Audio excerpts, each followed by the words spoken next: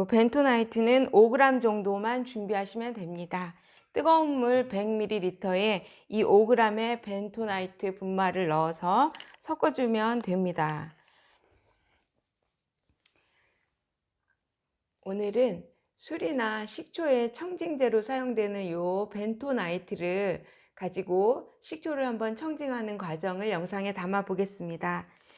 하루 전에 이것을 사용하려면 5%의 수용액을 먼저 만들어 줘야 되는데요. 보통 술이나 식초 10리터당 이게 사용되는 양은 0.05%를 사용합니다. 술 100리터당 10에서 120g 정도를 처리하는데요.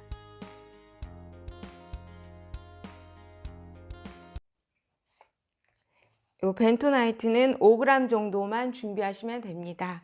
뜨거운 물 100ml에 이 5g의 벤토나이트 분말을 넣어서 섞어주면 됩니다. 이것은 사용하기 하루 전에 미리 만들어 놓으셔야지 바로 사용할 수 있는 게 아닙니다.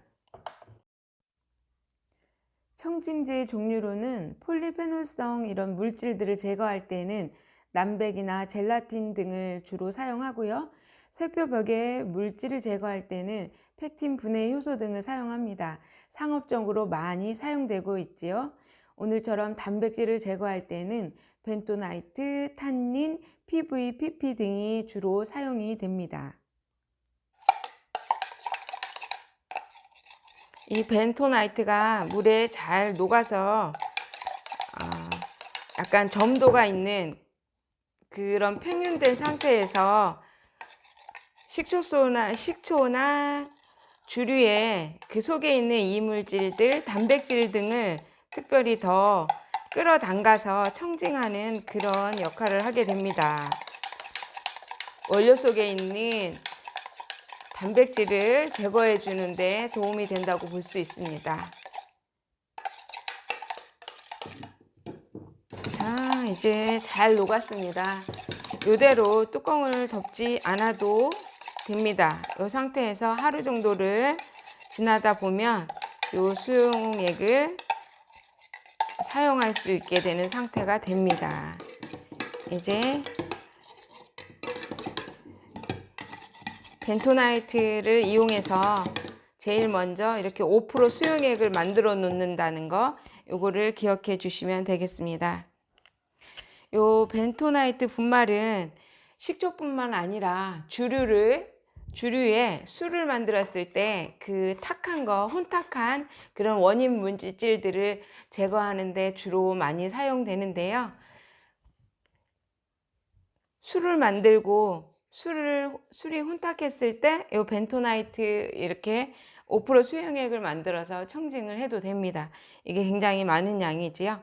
오늘 테스트로 막걸리 식초에 1차 청징 작업 자연 청징을 끝낸 후 이렇게 다시 한번 벤토나이트로 이물질 없이 맑은 초를 바로 얻을 수 있는지 여러분과 함께 영상을 진행해 보도록 하겠습니다.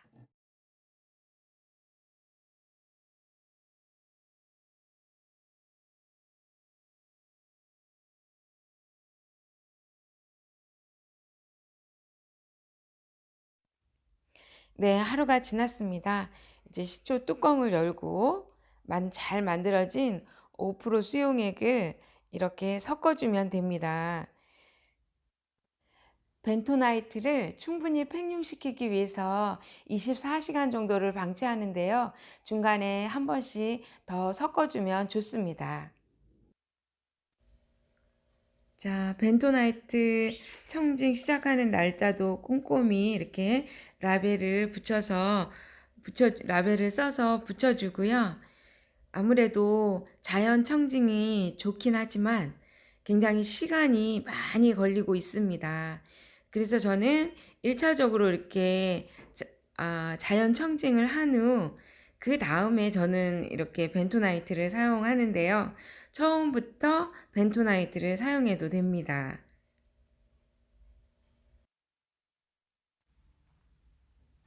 자, 지금 이렇게 여과되지 않은 식초의 탁한 모습이 보이지요. 이렇게 탁했던 식초가 아주 맑은 식초로 변하기까지 벤토나이트를 사용하면 시간이 얼마나 걸리는지 지금부터 하루하루 제가 보면서 체크도 하고 영상에도 한번 담아 보겠습니다. 며칠이 걸리면 이렇게 맑은 식초를 얻을 수 있을까요?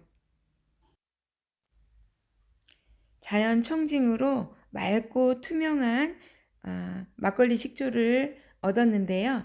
이 맑은 식초와 지금 아직 여과되지 않은 이 혼탁도가 있는 식초를 한번 비교해 보겠습니다.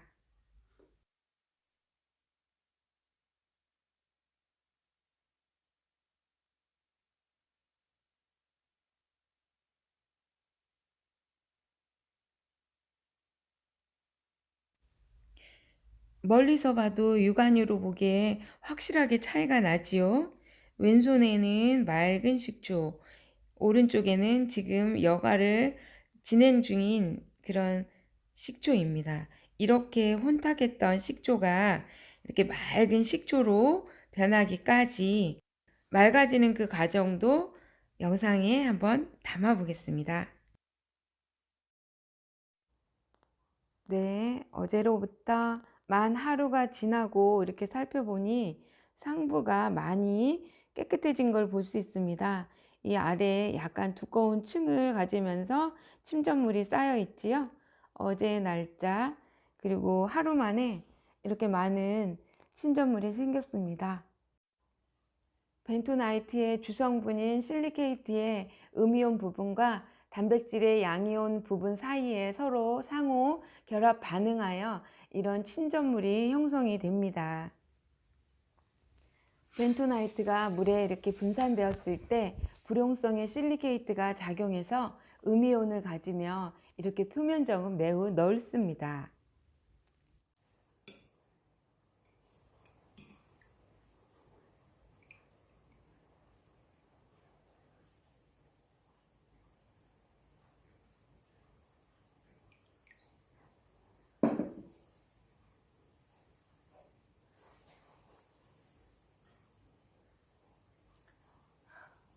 아직은 이렇게 맑아지지 않았네요.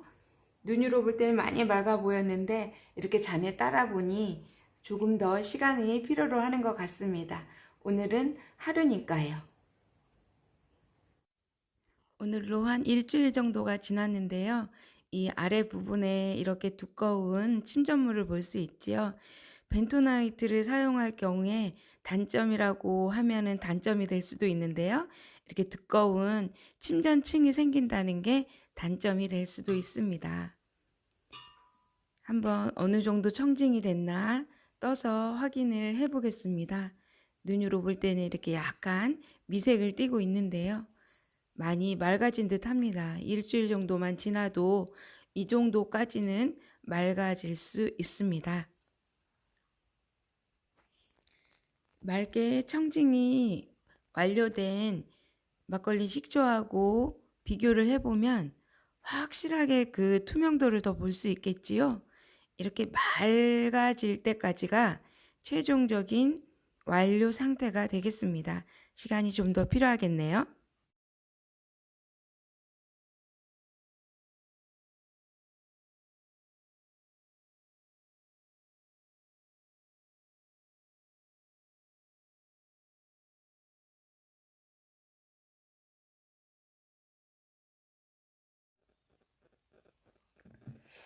오늘 한 2주 정도 되는 날인데요.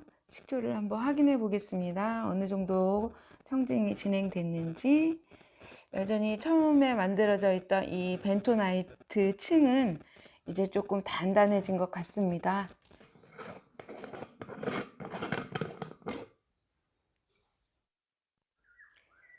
아래로는 벤토나이트 층이 있고 이렇게 윗면에는 셀룰로즈가 생성되어 있습니다. 한 일주일 정도 된 건데 일주일만 해도 셀룰로즈가 만들어져 있습니다. 이렇게 곡물 식초를 만들어 보기 전에는 곡물 식초에도 이렇게 셀룰로즈가 생기는지 몰랐을 텐데요. 보통 과일초에는 많이 생깁니다. 과일 자체의 성분에 의해서 많이 생기는 걸 알고 있는데, 이렇게 막걸리 곡물 식초에도, 막걸리 식초나 현미 식초나 이런 곡물 식초에도 이렇게 숙성되는 과정에서 표면 위에 셀룰로즈가 생성된다는 것을 알 수 있습니다. 한 2주 만에도 굉장히 맑아지고 투명해졌습니다. 완성된 식초와 투명도를 비교해 봐도 큰 차이는 없습니다. 거의 많이 비슷해졌는데요. 이제 이 식초의 완성의 마무리 단계라고 보시면 되겠습니다. 이제 입병해도 될 것 같습니다.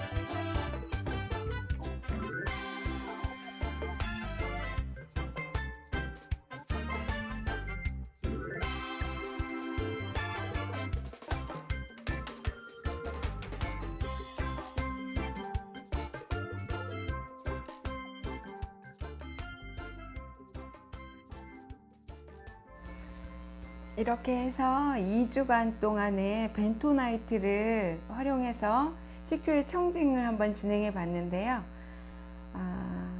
제가 벤토나이트를 사용해 본 결과 벤토나이트 청진한 식초도 위에서 살살 떠가지고 이렇게 입병을 했을 때는 바닥까지도 침전물이 없는 깨끗한 이런 완성된 식초를 얻었고요.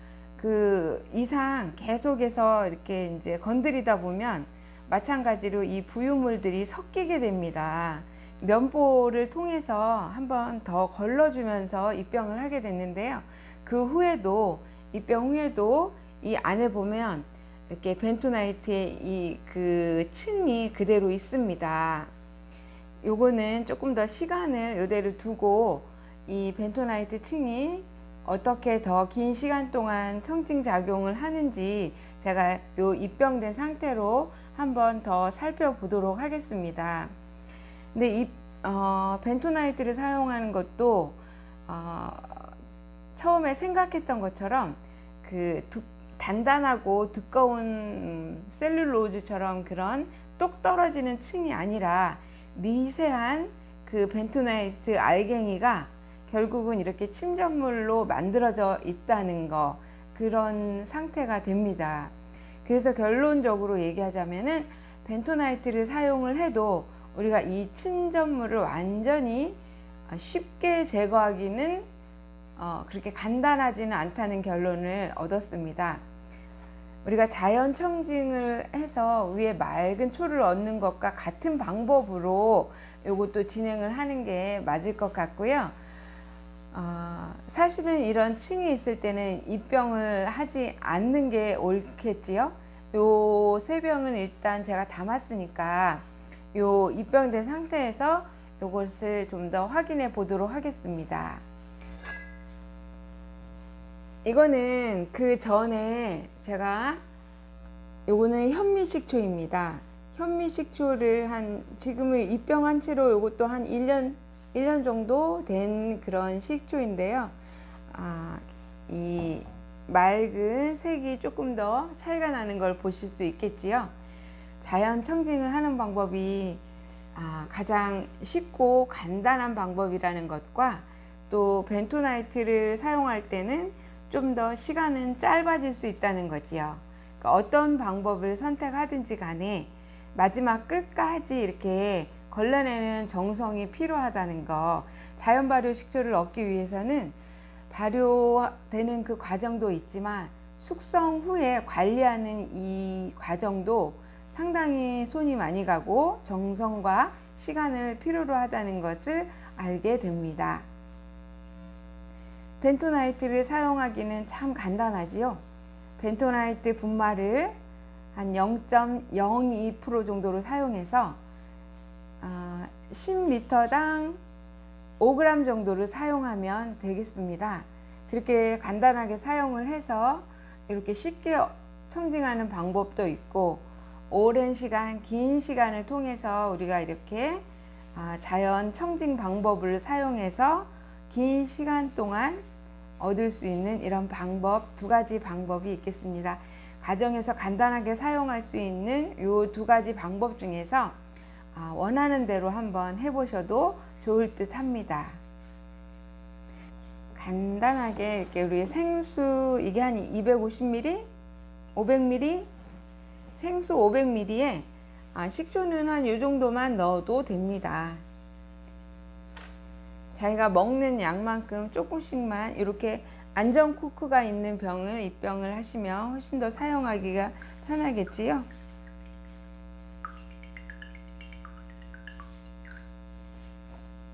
한 뚜껑 하나 정도 아주 작은 양을 희석을 해서 이것을 오늘 하루 마시는 식초물이 되겠습니다.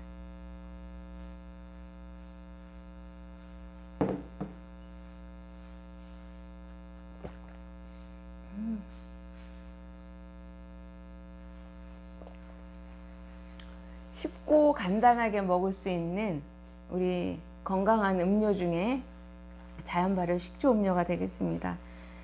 우리가 하루에 필요한 물도 마시기가 어려운데 이렇게 조금 새콤달콤하게 먹으면 좋을 듯 합니다.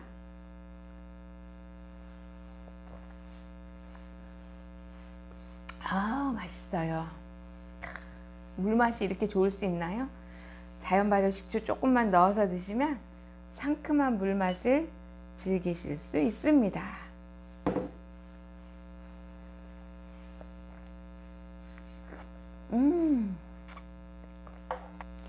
오늘의 영상은 여기서 마치겠습니다. 좋은 하루 되세요.